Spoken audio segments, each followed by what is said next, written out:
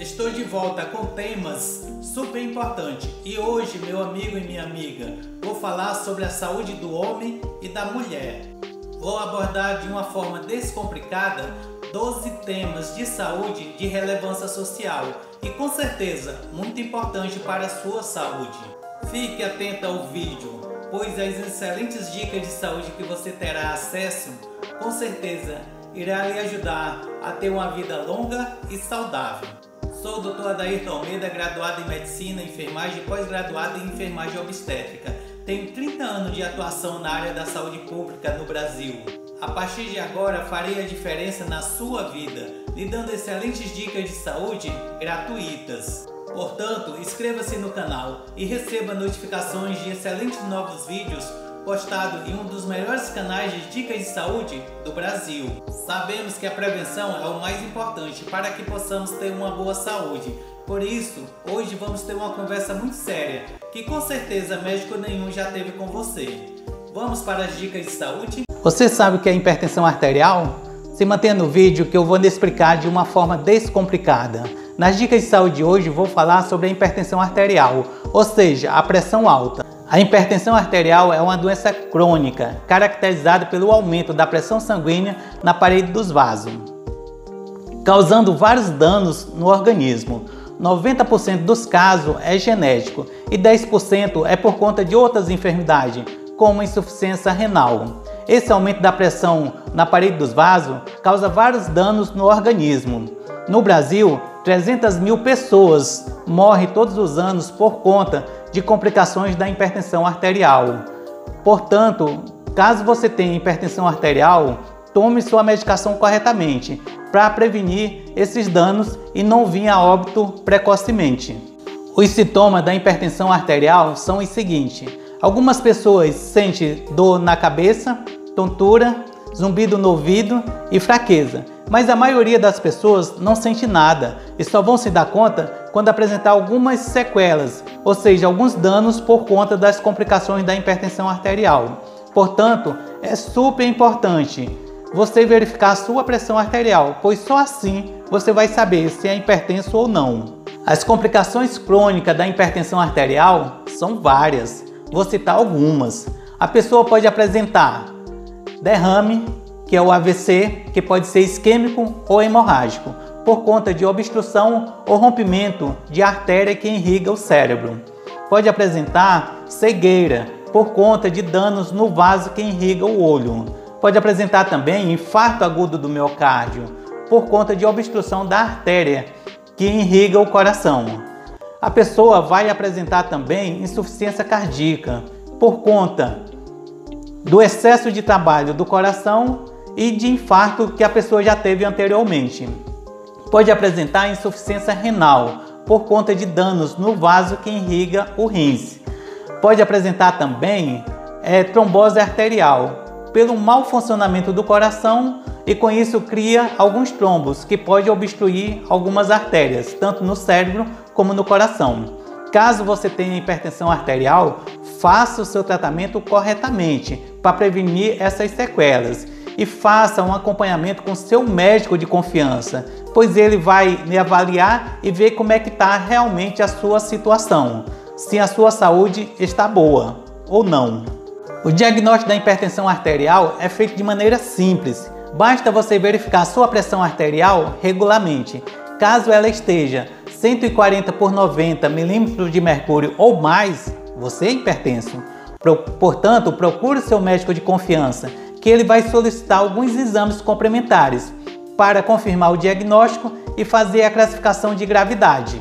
Ele pode pedir um mapa residencial de pressão arterial, ou seja, é a verificação da pressão arterial em 2 períodos, manhã e noite, durante 5 dias, com o objetivo de confirmar o diagnóstico da hipertensão arterial.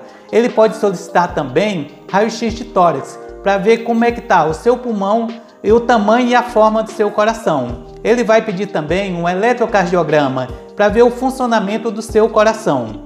Vai solicitar também exames laboratoriais, como glicemia, perfil lipídico, sódio, potássio e outros exames mais, para ver algumas alterações orgânicas. A hipertensão arterial é classificada segundo a gravidade em estágio 1, estágio 2 e estágio 3. Cada um tem o seu tratamento específico. Geralmente, a pessoa que tem hipertensão arterial vai tomar medicação pelo resto da vida. Portanto, se acostume a tomar sua medicação diariamente. O tratamento da hipertensão arterial é feito levando em conta 2 pilares básicos: mudança no estilo de vida e medicamentos. No que se refere à mudança no estilo de vida, a pessoa deve reduzir o consumo de sal, tabaco e álcool. Manter o seu peso adequado para a sua altura. Não fumar, porque o cigarro prejudica a sua saúde e pode causar câncer e problemas cardiovasculares. No que se refere à medicação antihipertensiva, dependendo do grau de gravidade da hipertensão arterial, o médico pode prescrever 1, 2 ou 3 tipos diferentes de medicações, os quais têm como função básica diminuir os batimentos do coração, relaxar o coração, relaxar o rins e relaxar os vasos periféricos e aumentar a quantidade de urina, com o objetivo de reduzir a sua pressão arterial a um valor normal e com isso prevenir os danos, ou seja, as sequelas que a pessoa possa vir apresentar por conta da pressão alta. A prevenção da hipertensão arterial é feita da seguinte forma: a pessoa deve realizar exercício físico diariamente. Reduzir o consumo de sal, porque quando ingerimos o sal, aumenta a quantidade de líquido na corrente sanguínea e isso pode causar uma hipertensão arterial. A pessoa deve manter o seu peso adequado para a sua altura. Não fumar, porque o cigarro contém mais de 5.000 substâncias nocivas ao organismo, que pode causar câncer e problemas cardiovasculares. Não usar bebida que contenha álcool, porque o álcool é nocivo ao nosso organismo, que pode causar câncer, pode causar gastrite, cirrose hepática, colesterol alto e hipertensão arterial. Tenha uma alimentação saudável, rica em frutas e verduras, porque através de uma boa alimentação você pode prevenir várias doenças. Tenha uma excelente noite de sono. Uma boa noite de sono relaxa a mente e o corpo. Siga essas dicas de saúde para evitar desenvolver hipertensão arterial e ter uma vida mais saudável. Você sabe o que é hiperplasia prostática benigna? Se mantenha no vídeo que eu vou lhe explicar de uma forma descomplicada, com o objetivo de ajudar você a ter uma boa saúde, pois esse vídeo foi feito para você. Veja, a hiperplasia prostática benigna é uma consequência natural do envelhecimento do homem. Durante a adolescência, a próstata dobra de tamanho e continua crescendo ao longo da vida do homem. As causas exatas da hiperplasia prostática benigna não são conhecidas, mas tem relação com as mudanças hormonais que o organismo masculino sofre ao longo do tempo. E outros fatores mais, como história familiar de hiperplasia prostática benigna, alterações genéticas, obesidade, diabetes e tabagismo. Lembrando que a hiperplasia prostática benigna não é câncer de próstata, o qual será o tema do próximo vídeo. No mês de novembro, o governo federal faz uma grande campanha nacional chamada Novembro Azul, com o objetivo de chamar a atenção para a prevenção e o diagnóstico precoce das doenças que ocorrem na população masculina, inclusive o câncer de próstata e a hiperplasia prostática benigna. A próstata é uma glândula do sistema genital masculino, localizado na frente do reto e abaixo da bexiga. O canal que sai a urina passa por dentro da próstata e quando ela cresce, diminui o diâmetro desse canal, dificultando assim a saída da urina. A próstata tem como função produzir fluidos que protege e nutre os espermatozoides no sêmen, tornando o sêmen mais líquido. Portanto, se você tem problema na próstata, pode apresentar infertilidade masculina. A hiperplasia prostática benigna atinge cerca de 25% dos homens acima de 50 anos. E quando o homem chega a partir dos 80 anos, o índice pode chegar até 90%. Portanto, quanto mais idoso você fica, mais chance você tem de ter hiperplasia prostática benigna. Os sintomas da hiperplasia prostática benigna são vários. Vou citar alguns. O homem pode apresentar interrupção da urina ou dificuldade em urinar, idas várias vezes à noite ao banheiro para urinar e perda involuntária de urina, jato de urina fraco e a sensação de que não esvaziou completamente a bexiga. Caso você ou um parente seu apresente alguns desses sintomas, procure seu médico urologista de confiança, que ele irá fazer um exame físico específico, solicitar alguns exames e dar um diagnóstico correto. As complicações da hiperplasia prostática benigna são várias. Vou citar algumas. O homem pode apresentar perda da capacidade de contração da bexiga, causando incontinência urinária, ou seja, perda de urina involuntariamente.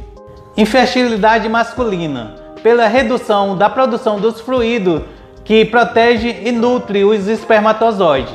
Infecções urinárias recorrentes, pois como o homem não esvazia completamente a bexiga, as bactérias crescem na urina residual. Infecções renais causadas por bactérias, podendo levar a insuficiência renal aguda e crônica. Pedra na bexiga, por conta de resíduos de urina, que fica durante muito tempo na bexiga. Como deu para perceber, são muitas as complicações da hiperplasia prostática benigna. E as melhores opções são fazer um tratamento precoce ou então fazer a prevenção, para que você não venha apresentar essas complicações. O diagnóstico da hiperplasia prostática benigna é feito de uma maneira simples. Durante uma consulta com o médico urologista, ele colhe os dados clínicos do paciente, faz um exame físico específico e, caso o paciente autorize, realize o toque retal e solicita alguns exames complementares, como exames de sangue para avaliar as funções renais, PSA para avaliar dano na próstata, exame de urina para avaliar a presença de sangue na urina e infecção urinárias, ultrassonografia de vias urinárias para avaliar a próstata e a bexiga, principalmente após o paciente urinar, para ver a quantidade de urina residual na bexiga. O médico junta o resultado do exame físico do paciente, as queixas, os sintomas e os exames complementares e fecha o diagnóstico de hiperplasia prostática benigna e assim indica um tratamento correto. Sei que você está gostando do vídeo, portanto, inscreva-se no canal. É fácil e rápido para você receber notificações de novos vídeos postados no canal. O tratamento da hiperplasia prostática benigna é feito da seguinte forma. Dependendo da gravidade, o médico pode prescrever medicações ou realizar uma cirurgia. No que se refere às medicações, pode ser usado bloqueadores alfa-adrenérgicos, que diminui os sintomas na primeira semana. Inibidores da 5-alfa-redutase, que reduz a dimensão da próstata em 25%. Antimuscarínico, que reduz a hiperatividade da bexiga. Inibidor da fosfodiesterase, que relaxa a musculatura da bexiga e diminui a velocidade de crescimento da próstata. Se as medicações não surtirem efeito, pode ser indicado a cirurgia. Uma das opções é a cirurgia através da uretra, fazendo assim um túnel na próstata para facilitar a saída da urina. Para uma recuperação eficiente, é super importante você cumprir as orientações do seu médico urologista, porque só assim você vai se recuperar da hiperplasia prostática benigna e terá uma vida mais saudável. A prevenção da hiperplasia prostática benigna é feita da seguinte forma. O homem deve ter uma alimentação saudável, rica em frutas e verduras. Não fumar, porque o cigarro contém várias substâncias nocivas ao organismo, que pode causar câncer e problemas cardiovasculares. E não adianta parar de fumar e ficar mascando tabaco, porque os efeitos maléficos são os mesmos. Faça consulta de rotina com seu médico de confiança. Realize exercício físico regularmente, pois ele faz bem para o corpo e a mente. Evite o consumo de cafeína e álcool. Caso você já tenha hiperplasia prostática benigna, evite a utilização de descongestionante e antihistamínico, pois ele pode agravar o seu quadro clínico. Siga essas dicas de saúde e evite apresentar hiperplasia prostática benigna. Você sabe o que é a obesidade? Se mantenha no vídeo que eu vou lhe explicar de uma forma descomplicada. A obesidade é o excesso de gordura corporal em quantidade que venha causar danos na saúde da pessoa. No Brasil, temos em média 41 milhões de pessoas obesas. Alguns estão fazendo tratamento, mas a maioria não estão fazendo tratamento e só vão se dar conta quando apresentar algumas sequelas, como AVC e infarto agudo do miocárdio. Os danos que a obesidade causa no organismo são vários, vou citar alguns, como a apneia obstrutiva do sono, ou seja, quanto mais gorda a pessoa fica, mais ele tem dificuldade em respirar no período que está dormindo. A pessoa também pode apresentar AVC, infarto agudo do miocárdio, hipertensão arterial, diabetes, infertilidade, osteoartrose, pode apresentar pancreatite, gordura no fígado. Portanto, se você está obeso, também tem que se preocupar que pode apresentar colesterol alto e o triglicerídeo também alterado. O diagnóstico da obesidade e dos danos que a obesidade pode causar no organismo é feito da seguinte forma. É calculado o índice de massa corporal, ou seja, o IMC. Se der 30 ou maior do que 30, você é obeso. É feito através de uma continha simples, peso dividido por altura ao quadrado. Caso você dê 30 ou mais do que 30, procure seu médico de confiança, que ele vai pedir alguns exames complementares, com o objetivo de verificar os danos que a obesidade já causou no seu organismo e com isso corrigir. Vou citar alguns, como hemograma completo, glicemia de jejum, perfil lipídico, que é o colesterol e o triglicerídeo. Ele pode pedir outros também. O tratamento da obesidade é feito da seguinte forma: dieta pobre em massa, açúcar e gordura e rica em frutas e verdura. A pessoa deve fazer exercício físico diariamente. Caso seu médico ache necessário, irá encaminhar você para fazer uma consulta com nutricionista e com psicólogo. Em casos extremos, o médico pode prescrever algumas medicações ou então cirurgia de redução de estômago. Portanto, siga as orientações do seu médico de confiança, que com certeza você vai perder peso. Dicas para enganar a compulsão a se alimentar. No momento que você estiver com muita fome, beba um copo d'água, escove o dente, faça exercício físico, ouça uma música, dê uma pausa respiratória, anote seus sentimentos em uma agenda, converse com um amigo ou uma amiga no WhatsApp. Com isso, você sai do piloto automático e vai consumir menos e engordar menos. Você sabe realmente o que é mioma? Se mantenha no vídeo até o final que eu vou lhe explicar de uma forma descomplicada. E no final, com certeza, você vai saber se tem mioma ou não. Veja, o mioma é um tumor benigno que tem origem nos tecidos musculares lisos do útero. A idade de maior incidência de mioma é a partir dos 40 anos. Principalmente em mulheres negras. No Brasil, cerca de 2 milhões de mulheres têm mioma e cerca de 75% da população feminina brasileira ao longo da vida pode desenvolver mioma também. Portanto, você pode ter mioma e não sabe, ou então pode vir a desenvolver mioma no futuro e nem ficar sabendo. As causas exatas do aparecimento do mioma ainda não são bem conhecidas, mas acredita-se que há uma maior predisposição genética aos estímulos hormonais, principalmente ao estrógeno. Durante a gravidez, quando a mulher tem mioma, geralmente esse mioma tende a crescer por conta de estímulos hormonais, mas depois do parto ele regride ao seu tamanho anterior. Com a menopausa, o mioma tende a regredir ou então desaparecer por conta da redução dos hormônios femininos. Lembro a você algo importante, que no mês de outubro o governo federal brasileiro realiza uma grande campanha nacional chamada Outubro Rosa, como forma de alerta à população feminina da importância da prevenção e do diagnóstico precoce do câncer de colo uterino e do câncer de mama. Portanto, não deixe de fazer uma avaliação com seu médico de confiança e assistir o vídeo sobre os dois temas em nosso canal. Os sintomas que a mulher, quando tem mioma, pode apresentar são vários. Vou citar alguns. De repente, você pode ter algum desses sintomas e ainda não se deu conta. Período menstrual prolongado e fluxo aumentado, fora da época, podendo levar a anemia. Aumento da intensidade das cólicas menstruais. Sensação de pressão e desconforto, causado pelo tamanho do mioma, que faz pressão nas estruturas em sua volta. Dor durante as relações sexuais. Pressão no sistema urinário. Prisão de ventre e retenção de gases. Aumento do volume abdominal e dificuldade em engravidar.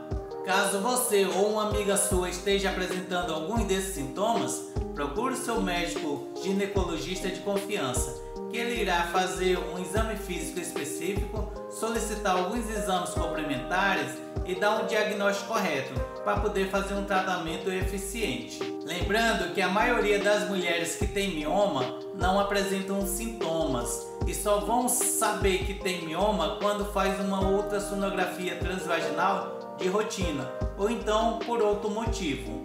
Será se você é uma dessas mulheres que não apresenta sintomas bem definidos? As complicações que a mulher com mioma pode apresentar são várias. Vou citar algumas: sangramento vaginal fora do período menstrual, anemia por conta de perda sanguínea frequentemente, dificuldade em engravidar, aborto em caso de gravidez. Como deu para você perceber, existem complicações que podem prejudicar a sua saúde e também fazer com que você não realize aquele sonho de ser mãe, caso você queira. Portanto, o tratamento precoce é uma das opções que você tem para ter uma saúde melhor. Sei que você está gostando das dicas de saúde, portanto, deixe o seu gostei, inscreva-se no canal, é fácil e rápido, porque o meu objetivo é lhe ajudar da melhor maneira possível, dando orientações de qualidade com dados técnicos científicos e de uma forma descomplicada. Caso você tenha alguma dúvida, é só digitar nos comentários aqui embaixo, que eu responderei com o maior carinho. O diagnóstico de mioma é feito da seguinte forma: durante uma consulta com seu médico ginecologista de confiança, ele colhe o dado clínico da mulher, realiza um exame físico específico e solicita um exame complementar. Ultrassonografia, que vai mostrar presença do mioma, localização, tamanho e classificação, os quais podem ser classificados em subserosos, intramurais, submucosos e pediculados. Os miomas subserosos geralmente não afetam o fluxo menstrual, mas pode causar dor no baixo ventre e na região lombar e também uma sensação de peso no abdômen. Os miomas intramurais podem causar sangramento menstrual intenso e dor no baixo ventre e na região lombar. Os miomas submucosos são os que podem causar mais problemas e são os mais raros de aparecer. Os miomas pediculados podem ser confundidos durante a ultrassonografia como tumor no ovário. Caso o exame físico e o exame complementar apresentem alterações significativas para mioma, o médico fecha o diagnóstico de mioma e assim indica um tratamento correto. O tratamento do mioma é feito da seguinte forma: utilizando medicamentos ou fazendo cirurgia, ou então um procedimento chamado embolização. O tratamento medicamentoso geralmente é o primeiro passo no tratamento dos miomas. O tratamento prescrito pelo médico ginecologista tem os seguintes objetivos: controlar o sangramento, inibir o crescimento e reduzir o seu tamanho. A cirurgia está indicada nos casos sintomáticos, nos miomas muito grandes, na presença de sinais de degeneração e nos casos em que o mioma cause infertilidade. Caso a mulher queira preservar o útero, deve fazer a cirurgia de miomectomia, que é a retirada do mioma com a preservação do útero. A embolização, que é um procedimento feito da seguinte forma: coloca-se um catéter dentro da artéria uterina que está alimentando o mioma e injeta uma substância para formar coágulo e com isso interromper o fluxo sanguíneo para esse mioma. E assim o mioma desaparece, ou seja, resolve o problema. Caso não tenha como preservar o útero, se faz uma cirurgia chamada esterectomia. Retira-se o útero junto com o mioma. Nesse caso, fica impossível a mulher engravidar. Você sabia que um dos maiores miomas tirados de uma mulher pesou 46 kg? Para uma recuperação eficiente é super importante um diagnóstico precoce e você, amiga, cumprir as orientações e prescrições do seu médico ginecologista de confiança, porque só assim você vai ficar livre do mioma. A prevenção do mioma é feita da seguinte forma: você deve praticar exercício físico regularmente, porque eles fazem bem para o corpo e a mente. Ter uma alimentação saudável, rica em frutas e verduras. Evitar o consumo de bebidas que contenham álcool. Realizar consultas médicas preventivas de rotinas. Evitar alimentos com alto teor glicêmico, como açúcar e massa, porque desequilibra os hormônios no organismo da mulher. Essas dicas de saúde e evite as complicações do mioma e tenha uma vida mais saudável. Você sabe o que é câncer de testículo? Se mantenha no vídeo que eu vou lhe explicar de uma forma descomplicada, com o objetivo de ajudar você a ter uma boa saúde. Veja, o câncer de testículo é um tumor maligno que nasce no testículo por conta de multiplicações anormais de células malignas do testículo. Por conta de erro no DNA, essas células começam a se multiplicar incessantemente, causando um tumor. É a neoplasia maligna mais comum entre os homens de 20 a 40 anos de idade. O fator de risco para câncer de testículo é a história familiar da doença, principalmente em parentes de primeiro grau, como pai e irmão que já tiveram câncer de testículo. A incidência de câncer de testículo no mundo é em média de 74 mil novos casos por ano, onde 35 mil ocorrem principalmente em homens entre 15 e 34 anos de idade. O tumor de testículo corresponde a 5% do total de câncer que ocorre nos homens. No Brasil, temos a maior incidência de câncer de testículo da América Latina. Ocorre em média 3.300 casos anuais. Os testículos são parte do sistema reprodutor do homem, localizado no saco escrotal, abaixo do pênis e fora da cavidade abdominal. Tem como funções básicas produzir o hormônio chamado testosterona e os espermatozoides. No mês de novembro, o governo federal brasileiro realiza uma grande campanha chamada Novembro Azul, com o objetivo de chamar a atenção para a prevenção e o diagnóstico precoce das doenças que atingem a população masculina. Os sintomas de câncer de testículos são vários. Vou citar alguns. O homem pode apresentar aumento do testículo, aparecimento de nódulo duro, palpável e indolor na região do testículo, dor ou desconforto na região lombar e na região do sacro escrotal, crescimento da mama e perda do desejo sexual, crescimento de pelos faciais e corporais em meninos mais jovens. Caso você ou um parente seu esteja apresentando alguns desses sintomas, procure seu médico urologista de confiança, que ele irá fazer um exame físico específico, solicitar alguns exames complementares e dar um diagnóstico correto e assim indicar um tratamento mais eficiente. As complicações do câncer de testículo é muito grave, porque o câncer de testículo costuma ser muito agressivo e ocorre uma multiplicação muito rápida das células malignas. Portanto, pode ocorrer a rápida disseminação de células malignas para diversas partes do corpo, como tórax, pulmão, fígado, sistema nervoso central, ossos, causando assim a morte do homem. Como deu para perceber, as complicações são muito sérias, que pode causar a morte do homem. Portanto, o diagnóstico e o tratamento precoce são as únicas opções que você tem para não vir a morrer por conta de câncer de testículo. Sei que você está gostando do vídeo, portanto, deixe o seu gostei.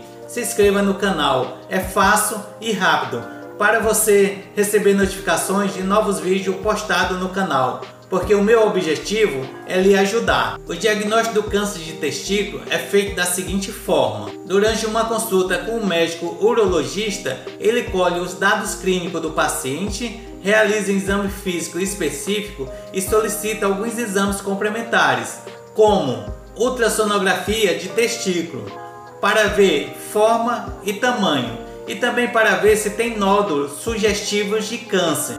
Exames de sangue para ver os marcadores tumorais, como alfa-fetoproteína e a gonadotrofina coriônica humana. Caso os exames complementares e o físico apresentem alteração significativa para câncer, o médico fecha o diagnóstico de câncer de testículo. Lembrando que geralmente no câncer de testículo não se faz a biópsia, por ser um procedimento invasivo e ocorre um alto risco de disseminar células malignas para outros órgãos. Realiza mais alguns exames, como a tomografia computadorizada, raio-x de tórax, cintilografia óssea e também a ressonância magnética. Faz o estadiamento do câncer, o qual pode ser classificado em estágio 1, o qual é um tumor pequeno que não atingiu profundamente os tecidos vizinhos e não passou para os linfonodos e nem para outros órgãos. Estágio 2, atingiu profundamente os tecidos vizinhos e pode ter espalhado pelos linfonodos. Estágio 3, o câncer já se espalhou pelos linfonodos e para outros órgãos. Após fazer o estadiamento do câncer, o médico indica um tratamento correto. O tratamento do câncer de testículo é feito da seguinte forma: dependendo do estágio da doença, é indicado um tratamento específico. No tratamento do câncer em estágio 1, geralmente é feita a cirurgia de retirada do testículo e associa ou não o tratamento complementar, e vai depender do tipo de câncer e dos fatores de risco do homem. Na grande maioria, o homem pode ser só observado, em vez de fazer o tratamento complementar, ou seja, não faz a quimioterapia e nem a radioterapia. No câncer em estágio 2, geralmente é feita a cirurgia de remoção do testículo, quimioterapia ou radioterapia e acompanhamento ambulatorial. A quimioterapia e a radioterapia têm como função básica matar o máximo de células possível que porventura tenha ficado no organismo do homem. No câncer de estágio 3, geralmente é feita a cirurgia de retirada do testículo, mais indicação sumária de um tratamento sistêmico. É feito acompanhamento com realização de avaliações clínicas e exames complementares, com o objetivo de ver o estado clínico do paciente e a evolução do câncer. Para uma recuperação eficiente, é super importante o diagnóstico precoce e o homem cumprir as orientações e prescrições do seu médico urologista, que com certeza irá se recuperar do câncer. Não existe recomendações específicas para a prevenção do câncer de testículo, nem método de rastreio do câncer na população em geral. Entretanto, o diagnóstico precoce pode ser feito facilmente através do autoexame, ou seja, o homem examina seu testículo rotineiramente e com isso pode detectar o câncer logo no início. Siga essas dicas de saúde e evite a morrer por conta de câncer de testículo. E tenha uma vida longa e saudável. Você sabe o que é desnutrição grave? Se mantenha no vídeo até o final, que eu vou lhe explicar de uma forma descomplicada, com o objetivo de ajudar você e a sua família a ter uma saúde nutricional melhor. A desnutrição grave é um quadro patológico, provocado pela falta de ingesta ou a má absorção, por estado de excesso metabólico. A desnutrição grave se classifica em 3 tipos: cachocó, marasmo e cachocó marasmático. O cachocó ou desnutrição molhada é causada pela falta de proteínas e vitaminas, que levam a uma má nutrição, com surgimento de inchaço na pessoa. O marasmo ou desnutrição seca é causada pela falta de energia, ou seja, falta de alimento energético, que leva a uma perda de peso severa. O cachocó marasmático é por conta de perda de peso, edema, ou seja, inchaço grave e má alimentação. A desnutrição tem como causas principais a má alimentação, a gastroenterite, as doenças parasitárias, doenças crônicas, perda do apetite, vômito persistente, diarreia aguda e crônica.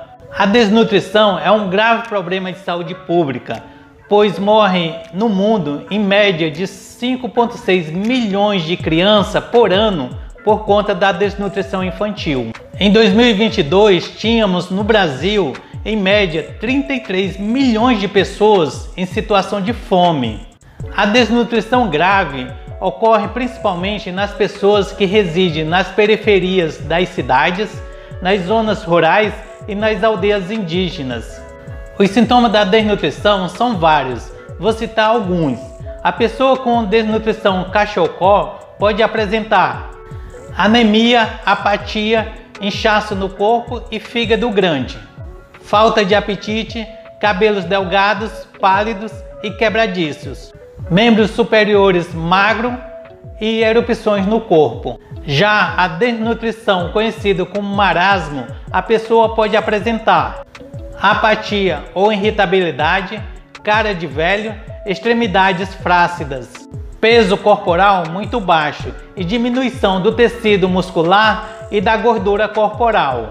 Não apresenta inchaço e os cabelos são normais. Na desnutrição cachocó marasmática, a pessoa apresenta alguns sintomas do cachocó e outros sintomas do marasmo, portanto é bastante grave. Caso você ou um parente seu apresente algum desses sintomas, procure seu médico ou nutricionista de confiança e faça uma consulta. As complicações da desnutrição grave são várias, vou citar algumas. Anemia ferropênica por falta de ferro na alimentação, causando cansaço e alterações respiratórias. Xeroftalmia, que é um problema na visão por falta de vitamina A na alimentação. Perda muscular por falta de ingesta de proteína. Déficit do crescimento por falta de proteína, cálcio e outras substâncias mais na alimentação. Hipotireoidismo por conta da redução da produção do hormônio da tireoide, por falta de iodo na alimentação, causando várias alterações orgânicas. Alterações psicológicas e psíquicas, por falta de nutrientes e hormônios essenciais para o bom funcionamento do sistema nervoso central, dificultando assim o aprendizado. Má formação óssea, ossos fracos e deformados, por falta de cálcios e outros minerais na alimentação. Baixa imunidade, com risco de desenvolver infecções graves e vir a óbito por isso. Como deu para perceber, são várias as complicações da desnutrição grave, podendo levar até a morte da pessoa. Portanto, é super importante ter uma alimentação saudável e, com isso, evitar a desnutrição grave. O diagnóstico da desnutrição grave é feito de uma maneira simples. Durante uma consulta médica, o médico faz um exame físico detalhado da pessoa, colhe os dados clínicos, verifica o peso, a altura e o índice de massa corporal e solicita alguns exames complementares. Um exame de sangue chamado hemograma, com o objetivo de verificar a presença de desidratação e anemia e processos infecciosos causados por vírus, bactérias, fungos e parásitos.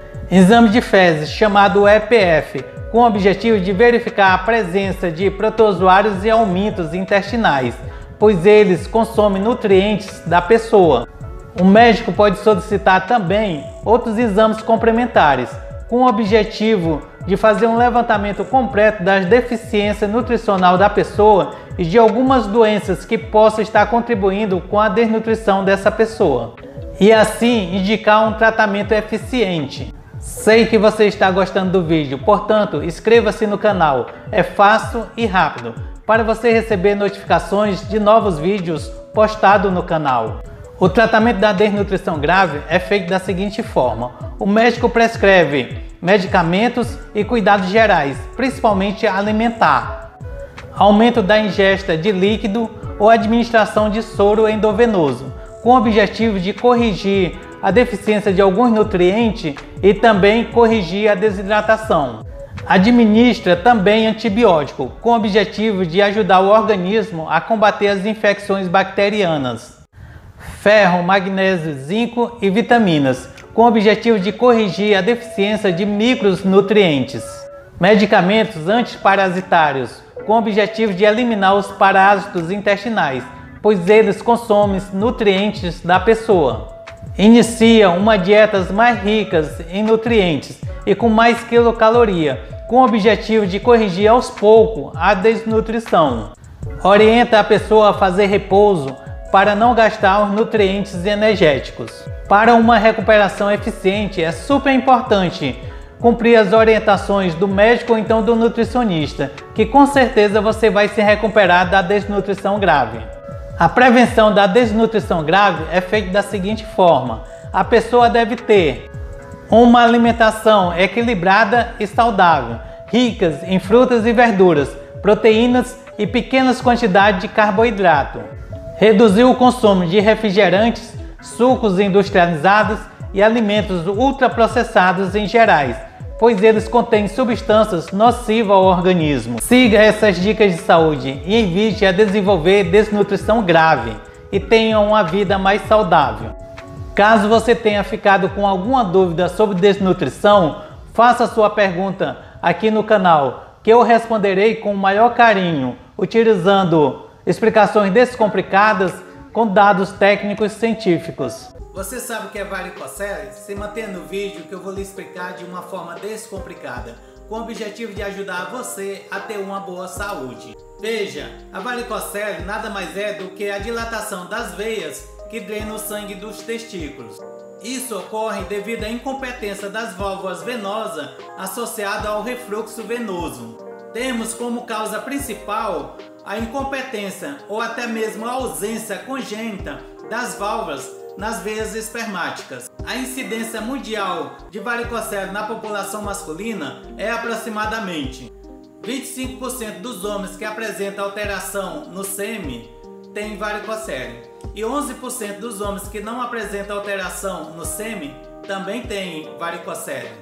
A varicocele geralmente aparece durante a puberdade, em meninos de 14 a 15 anos de idade.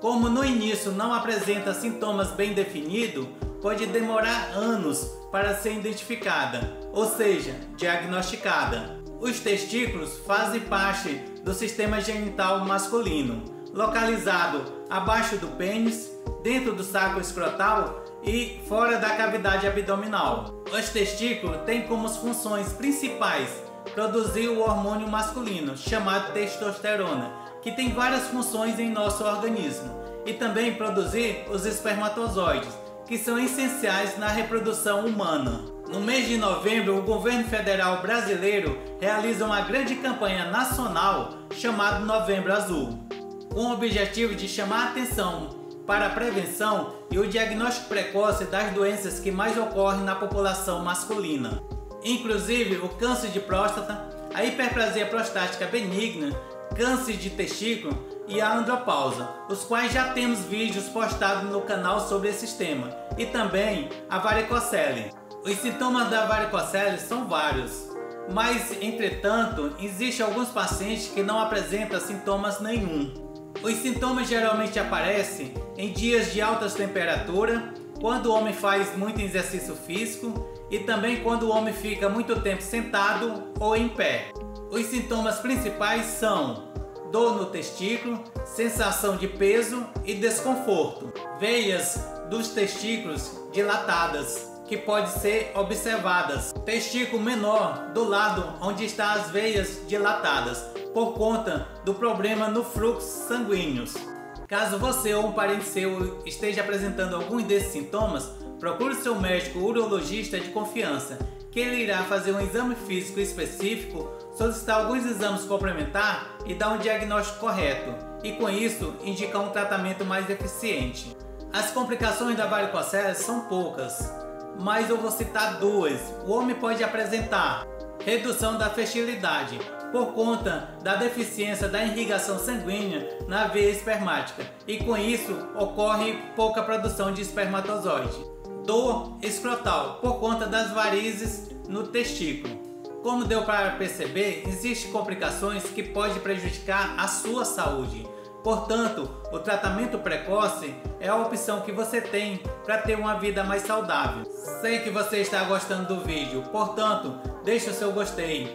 Se inscreva no canal, é fácil e rápido para você receber notificações de novos vídeos postados no canal, porque o meu objetivo é lhe ajudar da melhor maneira possível. O diagnóstico da varicocele é feito de maneira simples. Durante uma consulta com seu médico de confiança, ele irá colher os dados clínicos, realizar um exame físico específico e, caso ele tenha dúvida no diagnóstico, irá solicitar uma ultrassonografia com Doppler colorido, com o objetivo de observar a circulação sanguínea na região do testículo e, com isso, fechar um diagnóstico mais correto. O médico junta os dados clínicos do paciente, o exame físico e, muitas vezes, o resultado da ultrassonografia e, com isso, fecha o diagnóstico de varicocele e faz a classificação da doença, que pode ser classificada da seguinte forma: grau 1, as quais são pequenas e palpáveis somente através de manobras de exames físicos. Grau 2, as quais são moderadas e palpáveis facilmente. Grau 3, as quais são detectadas visualmente e palpável facilmente. Lembrando que cada grau de gravidade tem o seu tratamento específico. Portanto, é super importante o acompanhamento de um médico especialista. O tratamento da varicocele é feito da seguinte forma: nos casos de grau 1, está indicado o uso do suspensório escrotal, que dá suporte e proteção à região escrotal, aliviando assim parte da dor. Caso a pessoa sinta muita dor, pode usar também medicação via oral. Nos casos de grau 2 e grau 3, pode ser feito a microcirurgia subinguinal e, com isso, corrige o problema. Lembrando que no caso em que o homem tenha varicocele, mas não sinta dor, já tenha filho e não quer ter mais filho, ele pode não fazer tratamento, não importa o grau que esteja a doença. Para um tratamento eficiente é super importante o diagnóstico precoce e o homem cumprir as orientações e prescrições do seu médico urologista, que com certeza ele irá se recuperar da varicocele. Como a causa da varicocele geralmente é genética, não temos muito o que fazer para prevenir, mas alguns especialistas orientam que a pessoa deve manter o seu peso adequado para a sua altura, evitando assim a obesidade, pois sabemos que junto com a obesidade vem vários problemas, ou seja, várias doenças. Fazer consultas médicas preventivas rotineiramente, porque só assim irá detectar a doença no início e fazer um tratamento mais adequado. Siga essas dicas de saúde e evite agravar a sua varicocele e tenha uma vida mais saudável. Você sabe o que é depressão? Se mantenha no vídeo que eu vou lhe explicar de uma forma descomplicada. A depressão é uma doença séria que causa a morte de milhares de pessoas ao ano. É uma enfermidade mental que tem como fator desencadeante o fator genético e o ambiental, que leva a um quadro duradouro de tristeza ou a perda do interesse de atividades corriqueiras. 322 milhões de pessoas no mundo sofrem de depressão. A depressão pode levar ao suicídio, ou seja, à morte da pessoa. A pessoa com depressão pode apresentar vários sintomas, entre eles tristeza, autocrítica, culpa, fadiga, aumento da sensibilidade à dor e redução do desejo sexual e também solidão. Caso você ou algum parente seu esteja apresentando alguns desses sintomas, procure seu médico ou então seu psicólogo de confiança e faça uma consulta, porque provavelmente você pode estar com depressão. O diagnóstico da depressão é feito através da avaliação física e avaliação psicológica, avaliando 4 áreas importantes: a área física, a área do pensamento, a área do humor e a área do relacionamento social. No que diz respeito à área física, é feito através de uma avaliação física, ou seja, através de uma consulta médica. O médico vai avaliar a pessoa e, caso ele ache necessário, irá pedir alguns exames, pode ser laboratorial ou por imagem. No que diz respeito à área do pensamento, é avaliado os tipos de pensamento e a organização desse pensamento. No que diz respeito à área do humor, é avaliado o grau de humor que a pessoa apresenta.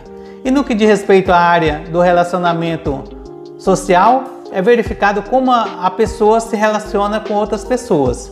Portanto, é super importante você procurar um profissional médico ou então um psicólogo para que seja feita essa avaliação e com isso fechado, ou seja, feito um diagnóstico correto para poder dar um tratamento correto. O tratamento da depressão é feito através de psicoterapia e, quando necessário, utiliza-se medicação. Por isso, é super importante fazer um diagnóstico correto, fazer uma consulta com um profissional especialista nessa área, porque é uma doença séria que precisa de um tratamento correto, senão pode levar à morte da pessoa. A prevenção da depressão é feita de maneira simples. A pessoa deve ter um excelente cuidado pessoal e um ótimo relacionamento social. Fazer atividade física sempre que possível. A pessoa deve fazer excelentes leituras e aprender coisas novas. Fazer passeio, viagem a passeio. Porque quando você sai numa viagem a passeio, você começa a ver o mundo com outra perspectiva. A pessoa deve ter uma ótima alimentação e uma excelente noite de sono.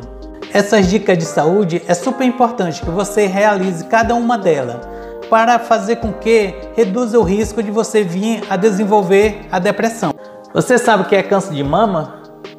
Se mantenha no vídeo que eu vou lhe explicar de uma forma descomplicada. O câncer de mama é causado pela multiplicação desordenada das células anormais do tecido da mama, causando assim um nódulo, ou seja, um tumor, com potencial de se expandir, ou seja, de ir para outros órgãos e com isso causar algumas sequelas ou até a morte da paciente. No Brasil, ocorre em média 59 mil novos casos de câncer de mama. Portanto, é super importante você fazer as consultas de prevenção, porque a quantidade de casos que ocorre por ano é bastante elevada. No mês de outubro, o governo federal faz uma grande campanha chamada Outubro Rosa, com o objetivo de conscientizar a população feminina de fazer a prevenção do câncer de colo uterino e do câncer de mama, e também fazer o exame, que seria a mamografia, e o preventivo, que é o PCCU. Os sintomas do câncer de mama são vários,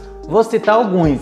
A mulher pode apresentar no início tumor ou nódulo na mama e na axila, mudança no tamanho da mama, alteração da cor e da sensibilidade da mama, saída de secreção do bico do peito e inchaço da mama. Caso você ou uma amiga sua esteja apresentando algum desses sintomas, procure seu médico de confiança, que ele irá fazer uma consulta e, se houver necessidade, irá pedir alguns exames, como ultrassonografia de mama ou então a mamografia. O diagnóstico do câncer de mama é feito da seguinte forma: através de uma consulta médica, o médico examina a mama e, caso tenha alguma alteração, ele solicita alguns exames.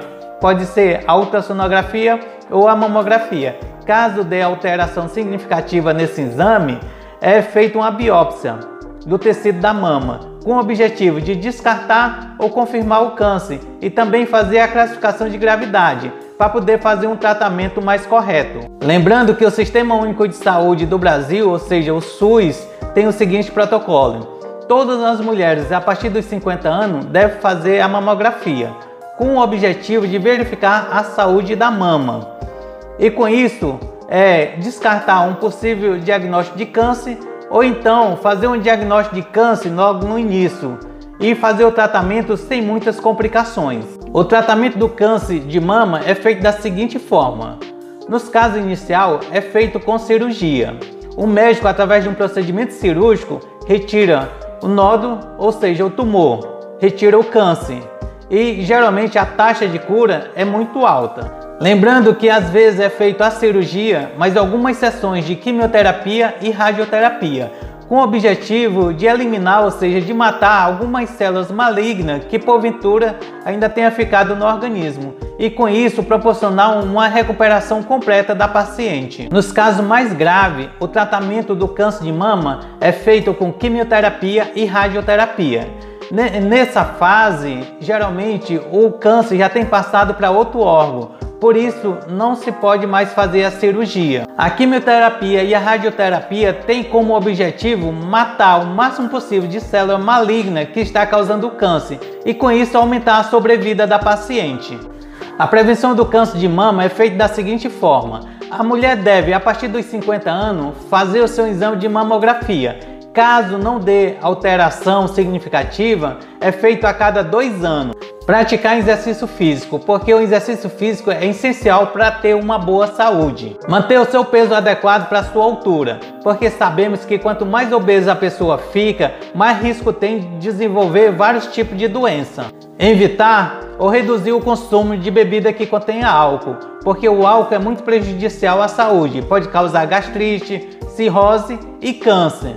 Amamentar seu filho menor de 2 anos, porque a amamentação é um fator de proteção contra o câncer de mama. Faça autoexame da mama durante o banho e caso você encontre algum nódulo ou então cisto, procure seu médico de confiança, que ele vai pedir alguns exames para detectar se é câncer ou não. Tenha uma alimentação saudável, rica em frutas e verduras, porque sabemos que através da alimentação podemos evitar ter várias doenças. Não fumar, porque o cigarro contém mais de 5.000 substâncias nocivas ao organismo, que pode causar problemas cardiorrespiratórios e também pode causar o câncer. Siga essas dicas de saúde e evite a desenvolver o câncer de mama. Você sabe o que é diabetes? Se mantenha no vídeo que eu vou lhe explicar de uma forma descomplicada. A diabetes é uma doença crônica caracterizada pela deficiência total ou parcial do pâncreas em produzir insulina ou uma maior resistência dos tecidos à insulina, causando o aumento da glicose na corrente sanguínea. E tem como fator desencadeante o fator genético, autoimune e estilo de vida. A insulina tem como função básica abrir o canal da parede da célula, assim como uma chave na fechadura, fazendo com que a glicose entre para o interior da célula e seja usada nas reações químicas essenciais ao nosso organismo. No Brasil, 200.000 pessoas morrem todos os anos por conta das complicações da diabetes. Portanto, é super importante, caso você tenha diabetes, você faça o tratamento correto, tomando as medicações prescritas pelo médico e fazendo a dieta. Só assim você vai evitar as complicações crônicas. São vários os sintomas da diabetes. Vou citar alguns. A pessoa pode apresentar muita sede, porque urina muito, com o objetivo de eliminar a glicose que está em excesso na corrente sanguínea. Muita fome, porque tem pouca glicose no interior da célula. Portanto, o cérebro manda uma mensagem dizendo que está faltando alimento. Muita vontade de urinar, com o objetivo de eliminar a glicose que está em excesso na corrente sanguínea. Uma coisa certa, geralmente o paciente que tem diabetes, onde ele urina, junta formiga, porque existe glicose na urina. Formigamento nos pés, por conta de danos nos nervos periféricos. Geralmente, a alta quantidade de glicose que tem na corrente sanguínea causa danos na parte nervosa também. Dificuldade em cicatrização, por falta de glicose no interior da célula, que é essencial na participação das reações químicas para que haja uma boa cicatrização. Caso você ou um parente seu apresente alguns desses sintomas, procure seu médico de confiança e faça uma consulta, porque é essencial fazer o diagnóstico precoce, porque quanto mais cedo você começar a tomar as medicações e fazer a dieta, menos risco você tem de apresentar algumas complicações crônicas. As complicações crônicas da diabetes são várias, vou citar algumas. A pessoa pode apresentar retinopatia diabética, que pode levar à cegueira, por conta de danos nos vasos que irrigam o olho. Nefropatia diabética, por conta de danos nos vasos que irrigam o rins. Portanto, pode apresentar insuficiência renal. Neuropatia diabética, que causa danos na parte dos nervos periféricos, levando à dormência nos pés. Pé diabético, o qual é um ferimento no pé, com dificuldade em cicatrização, por conta da alta quantidade de glicose e tem pouca glicose no interior da célula para fazer essa cicatrização.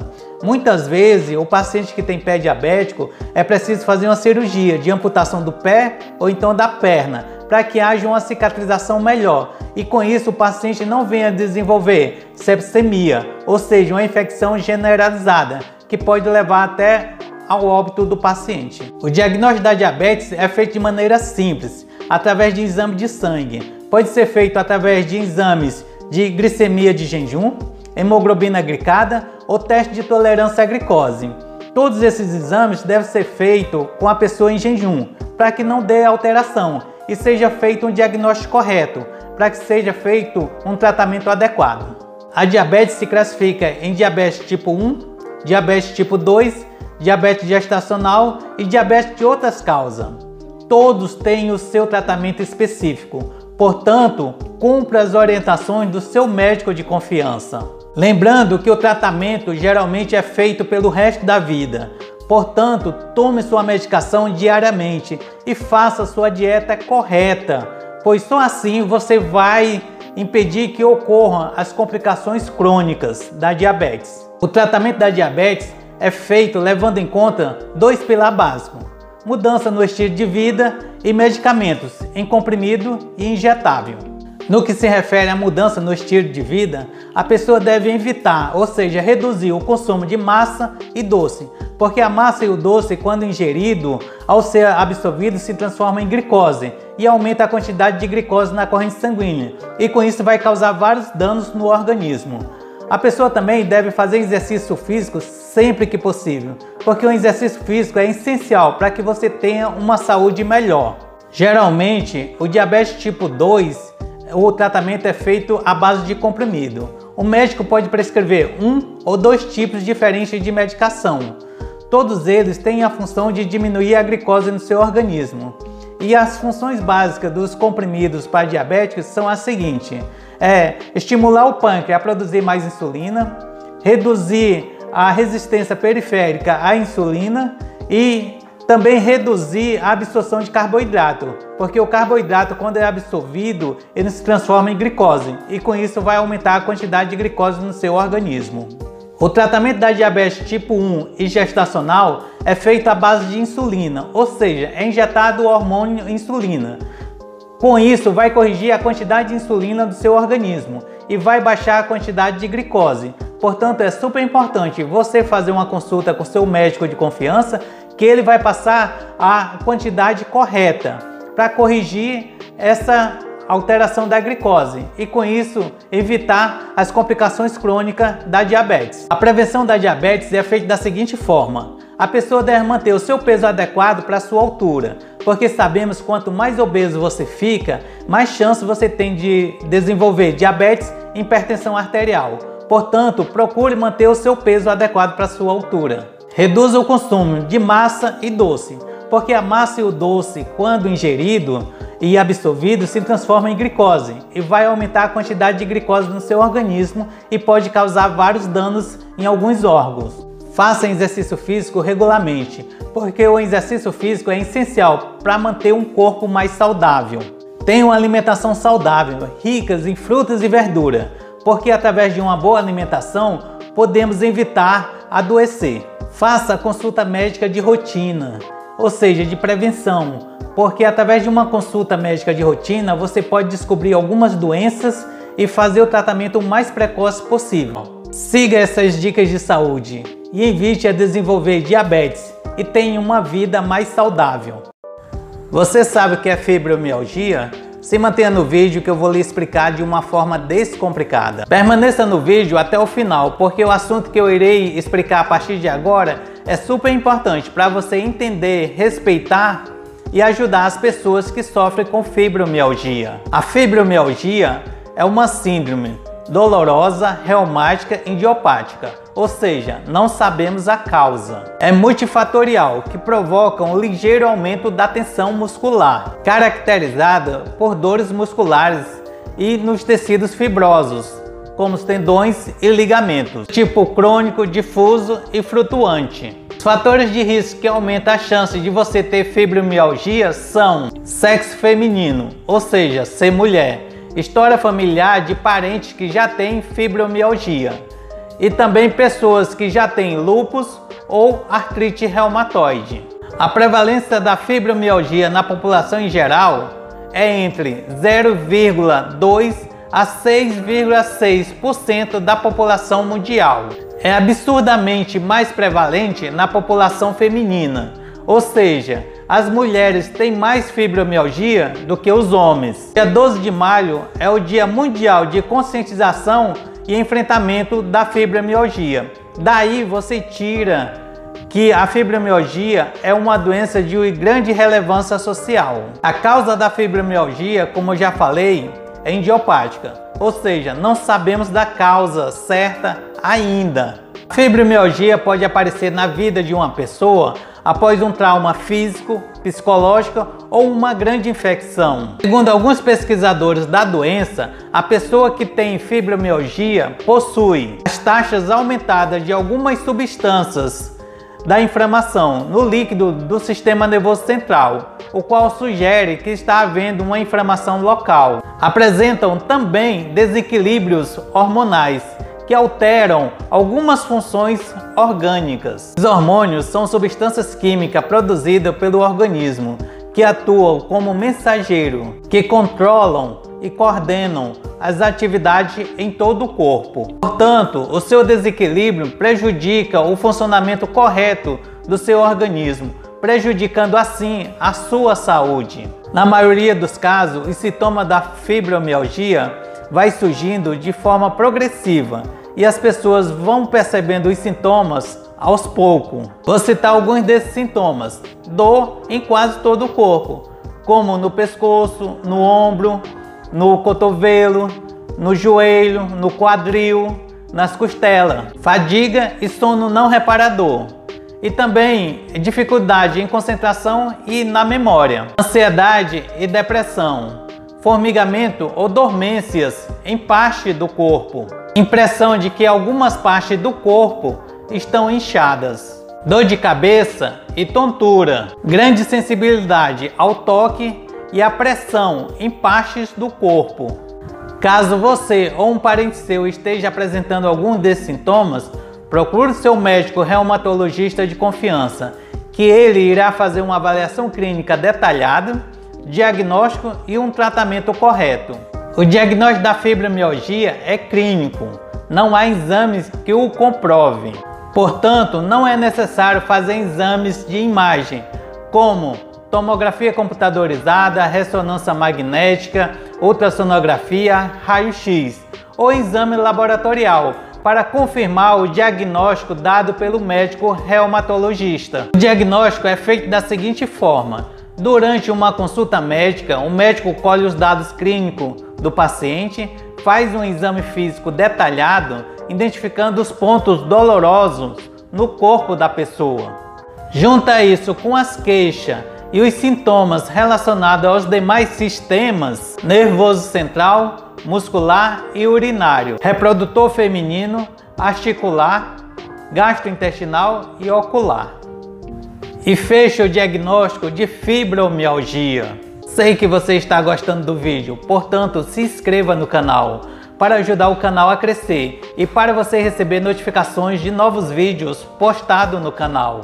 O tratamento da fibromialgia geralmente é feito da seguinte forma: mudança no estilo de vida e medicações. No que se refere às mudanças no estilo de vida, a pessoa que tem fibromialgia deve realizar exercício físico rotineiramente, pois eles fazem bem para o corpo e a mente. Evitar o consumo de refrigerante, chá industrializado, sucos em caixinha, carnes processadas, margarina e alimentos ultraprocessados em gerais, pois todos eles contêm substâncias nocivas ao organismo, que favorecem a inflamação e com isso pode agravar o estágio da doença. O tratamento medicamentoso da fibromialgia é feito usando também medicação de uso controlado.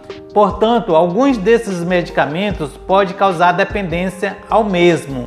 Pode ser usados antidepressivos, relaxantes musculares e neuromoduladores. Os antidepressivos têm ação no sistema nervoso central, normalizando o estado do humor quando se encontra deprimido.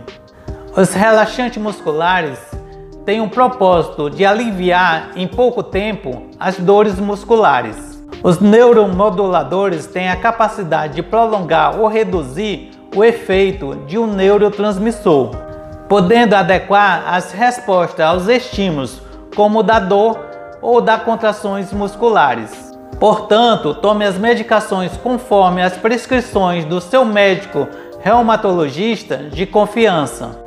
Caso você não apresente melhora significativa em um período médio de tempo, retorne ao mesmo médico para que ele possa fazer uma reavaliação e uma adequação da medicação, caso necessário. Quanto à prevenção da fibromialgia, não existe método comprovado de prevenção, mas alguns especialistas indicam atividades físicas como auxiliar na prevenção. Portanto, realize exercício físico sempre que possível, porque eles fazem bem para o corpo e a mente. Siga essas dicas de saúde e evite o sofrimento causado pela fibromialgia. Você sabe o que é câncer de próstata? Se mantenha no vídeo que eu vou lhe explicar de uma forma descomplicada. Veja, o câncer de próstata é um tumor maligno que nasce na próstata por conta de multiplicações anormais de células malignas, pois ocorre um erro no DNA da célula da próstata e ela começa a se multiplicar incessantemente. É o 6º tipo de câncer mais comum no mundo. No Brasil, é o 2º mais prevalente nos homens, perdendo somente para o câncer de pele. Tem como causa principal fator genético, obesidade, idade avançada, fumo e produtos químicos, principalmente aqueles produtos utilizados na agricultura, os venenos.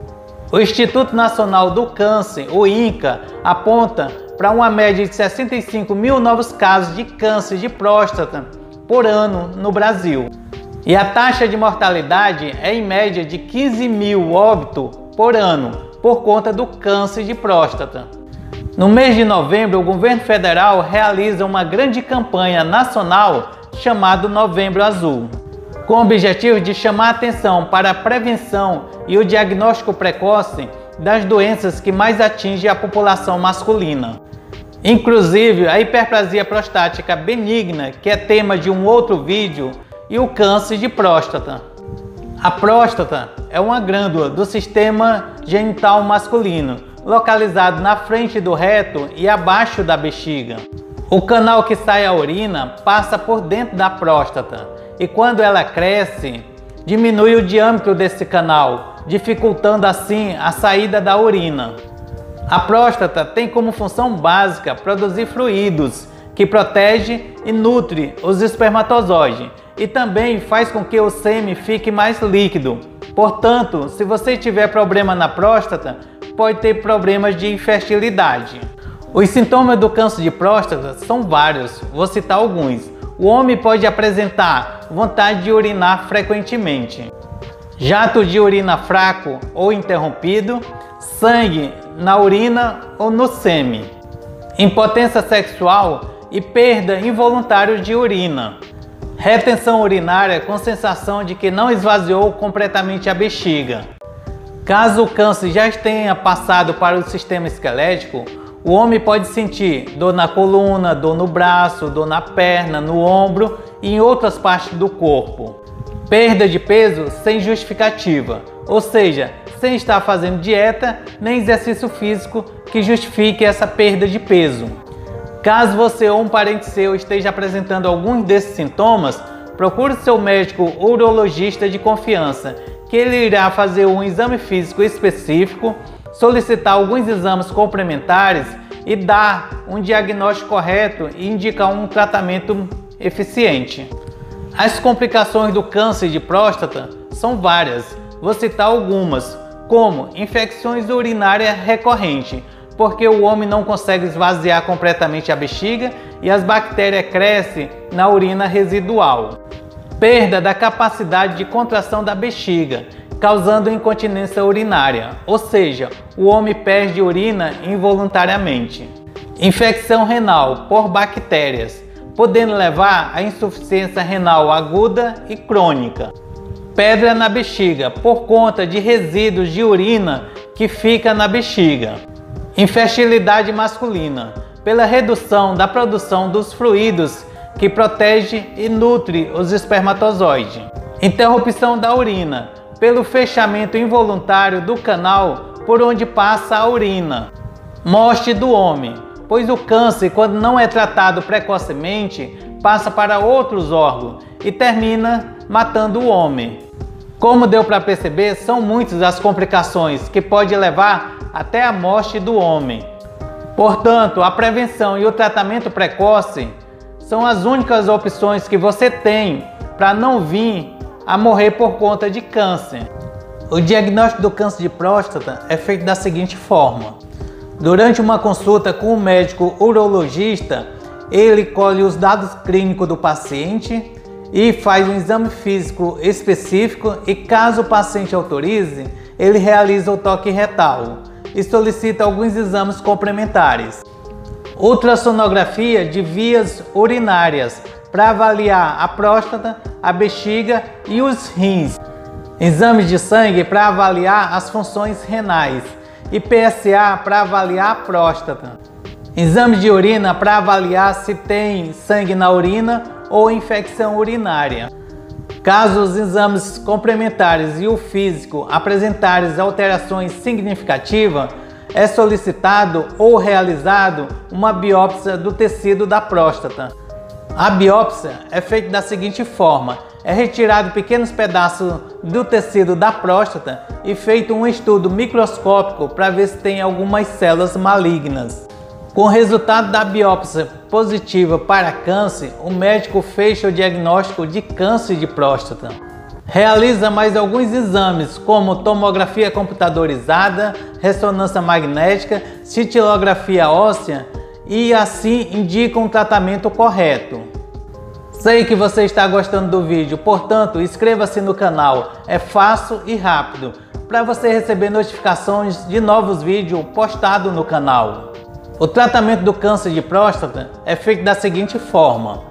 Dependendo da gravidade, ou seja, do estágio em que se encontra o câncer, o médico pode indicar cirurgia, cirurgia mais quimioterapia ou radioterapia, radioterapia, quimioterapia e bloqueio hormonal. Quando o câncer está no estágio inicial, o médico geralmente faz a cirurgia mais acompanhamento ambulatorial e está tudo resolvido. Quando o câncer está no estágio um pouco mais avançado, o médico faz a cirurgia mais quimioterapia ou radioterapia para matar algumas células malignas que porventura tenha ficado no organismo do homem e faz o acompanhamento ambulatorial também. Quando o câncer já tem passado para outros órgãos, como a coluna e a bexiga, o médico não faz mais a cirurgia. Indica a quimioterapia, a radioterapia ou bloqueio hormonal, com o objetivo de aumentar a sobrevida do homem. Isso não cura o câncer, só reduz a quantidade de células malignas no organismo, aumentando assim a sobrevida do homem. O bloqueio hormonal geralmente é feito através da castração do homem, ou seja, é retirado os 2 testículos do homem, pois é no testículo onde é produzido a maior parte da testosterona masculina. A testosterona estimula as células malignas do câncer de próstata a se multiplicarem. Por isso é super importante fazer a castração para reduzir o nível de testosterona no organismo e aumentar a sobrevida desse homem. Conselho de amigo aos homens que fazem academia e toma testosterona com o objetivo de ficar musculoso. Cuidado, você pode estar estimulando a multiplicação das células do câncer que você possa ter na próstata. Para uma recuperação eficiente, é super importante o diagnóstico precoce e o homem cumprir as orientações e prescrições do seu médico urologista, que com certeza irá se recuperar do câncer. A prevenção do câncer de próstata é feita da seguinte forma: o homem deve, a partir dos 45 anos, fazer consulta preventiva de rotina com seu médico de confiança e fazer o exame PSA, que é um exame de sangue. Ter uma alimentação saudável, rica em frutas e verduras e manter o seu peso adequado para a sua altura. Praticar atividades físicas regularmente, porque faz bem para o corpo e a mente. Reduza o consumo de bebidas que contenha álcool, porque o álcool é prejudicial à nossa saúde. Não fumar, porque o cigarro contém várias substâncias que prejudicam o nosso organismo, podendo causar câncer e problema cardiorrespiratório. E não adianta parar de fumar e ficar mascando o tabaco, porque os efeitos maléficos são os mesmos. Siga essas dicas de saúde e evite apresentar câncer de próstata. E tenha uma vida longa e saudável. Sei que você gostou do vídeo, portanto, inscreva-se no canal. Compartilhe esse vídeo com amigos e parentes no WhatsApp, Facebook, Instagram e Telegram. E vamos juntos ajudar pessoas e salvar vidas. Até o próximo vídeo com excelentes dicas de saúde, com explicações descomplicadas, porque a sua saúde e da sua família é importante.